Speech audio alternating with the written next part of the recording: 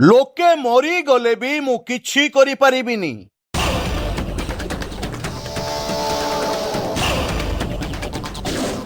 ଦର୍ଶକ ବନ୍ଧୁ, ଏକଥା ଆମେ କହୁନାହୁଁ, ଏକଥା ଖୋଦ୍ ବାଲିଆପାଳର କନିଷ୍ଠ ଯନ୍ତ୍ରୀଙ୍କର ଅଜବ ଯୁକ୍ତି। ଜଣ୍ଡିସରେ ଲୋକ ମରିଯାଆନ୍ତୁ କିଛି କରିହବନି ସେଠି କଣ କରିହବ? ଆପଣ ମୁଁ ଯାଇ ସଫା କରିବି ନା କଣ?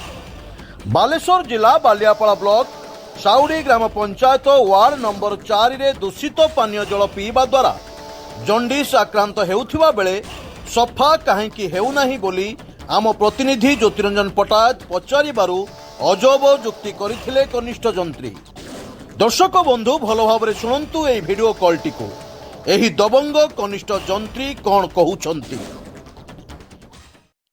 ହ୍ୟାଲୋ, ଗୁଡ଼ାଏ ଦିନ ରହିଗଲାଣି ଆପଣଙ୍କୁ ଯେବେଠୁ କୁହା ହେଇଥିଲା ବୁଝିଲେ କି ସାର୍, ହଁ ସେବେଠୁ ସଫା ହେଇନାହିଁ।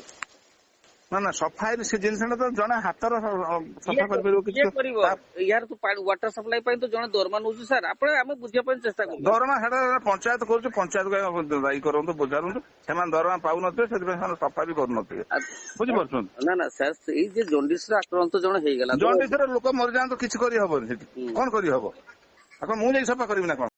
ବାଲେଶ୍ୱର ଜିଲ୍ଲା ପ୍ରତିନିଧି ଜ୍ୟୋତିରଞ୍ଜନ ପଟ୍ଟନାୟକଙ୍କ ରିପୋର୍ଟ, ସ୍ୱତନ୍ତ୍ର ଓଡ଼ିଶା ଲାଇଭ୍।